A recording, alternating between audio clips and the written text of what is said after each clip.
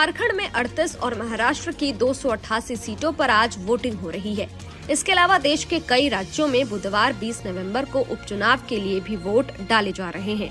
महाराष्ट्र विधानसभा चुनाव में कई दिग्गज नेताओं जैसे शरद पवार, मुख्यमंत्री एकनाथ शिंदे, उद्धव ठाकरे, डिप्टी सीएम अजीत पवार और देवेंद्र फडणवीस की साख दांव पर है।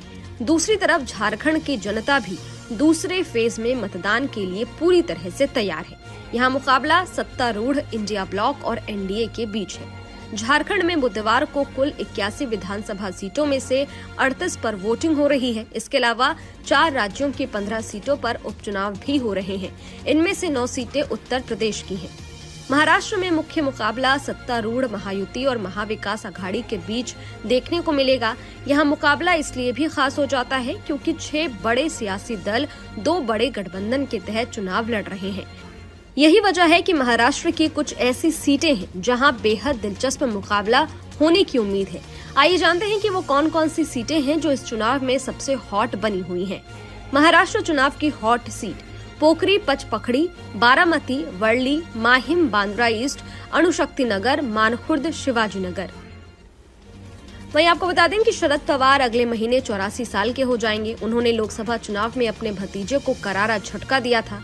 विधानसभा चुनाव में भी वो इसे दोहराने की कोशिश कर रहे हैं, जबकि अजीत पवार को वापसी की उम्मीद है। शरद पवार के नेतृत्व वाली एनसीपी और उद्धव ठाकरे की शिवसेना विपक्षी महाविकास आघाड़ी का हिस्सा है, जिनमें कांग्रेस तीसरी महत्वपूर्ण खिलाड़ी है। वहीं एनसीपी और शिवसेना भाजपा के नेतृत्व वाली सत्तारूढ़ महायुति के साथ गठबंधन में है। चाचा भतीजे की लड़ाई पश्चिमी महाराष्ट्र में सबसे तीखी है। राज्य के 4 बार के पूर्व मुख्यमंत्री शरद पवार ने विश्वासघातियों को हराने की अपील की है। साफ है कि उनका इशारा भतीजे अजीत पवार और उनके प्रत्याशियों की तरफ है। बदले में भतीजे अजीत पवार ने उनके खिलाफ तीखे शब्दों का इस्तेमाल करने से परहेज किया है। लोकसभा चुनाव में एनसीपी शरद पवार ने अजीत पवार की एनसीपी की 1 सीट के मुकाबले 8 सीटें जीती थी। वहीं शिवसेना उद्धव ठाकरे 9 सीटों पर विजयी रही थी, जबकि 7 पर शिवसेना को जीत हासिल हुई थी।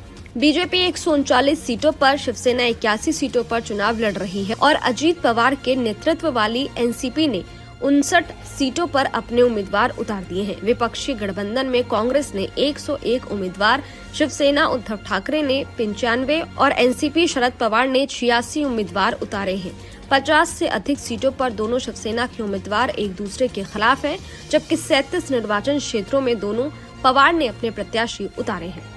वहीं झारखंड की अगर बात करें तो झारखंड में बुधवार को कुल 81 विधानसभा सीटों में से 38 पर मतदान होने वाला है, जिनमें भारतीय जनता पार्टी और एनडीए के बीच मुकाबला है। यहां पर पहले चरण में 43 सीटों पर मतदान हो चुके हैं। दूसरे और आखिरी फेज में झारखंड के मुख्यमंत्री हेमंत सोरेन, उनकी पत्नी कल्पना सोरेन और विपक्ष के नेता अमर कुमार बौरी के अलावा 500 से अधिक अन्य उम्मीदवार चुनावी मैदान में उतरे हैं। 2019 के विधानसभा चुनावों में मुकाबला करीबी रहा था, जिनमें जेएमएम ने 30 सीटें जीती थी और बीजेपी ने 25 सीटें हासिल की थी, जो 2014 में 37 से कम थी। जेएमएम कांग्रेस राजद गठबंधन ने 47 सीटों के साथ बहुमत हासिल किया था। 4 राज्यों में होने वाले उपचुनावों की अगर बात करें तो उत्तर प्रदेश, केरल, पंजाब और उत्तराखंड की 15 सीटों पर उपचुनाव हो रहे हैं। सबसे पहले बात करें बड़े उत्तर प्रदेश की तो यहाँ पर 9 सीटों पर मतदान हो रहा है। इन सीटों पर 90 उम्मीदवार मैदान में हैं, जिनमें गाजियाबाद में सबसे ज्यादा 14 उम्मीदवार हैं। लोकसभा चुनाव में खराब प्रदर्शन के बाद बीजेपी के लिए यूपी में ये सीटें जीतना बेहद जरूरी है, क्योंकि इसका सीधा असर 2027 में होने वाले यूपी विधानसभा चुनाव में देखने को मिल सकता है। खैर, इस वीडियो पर आपकी क्या राय है? ये वीडियो आपको कैसा लगा? कमेंट बॉक्स में जरूर बताइए।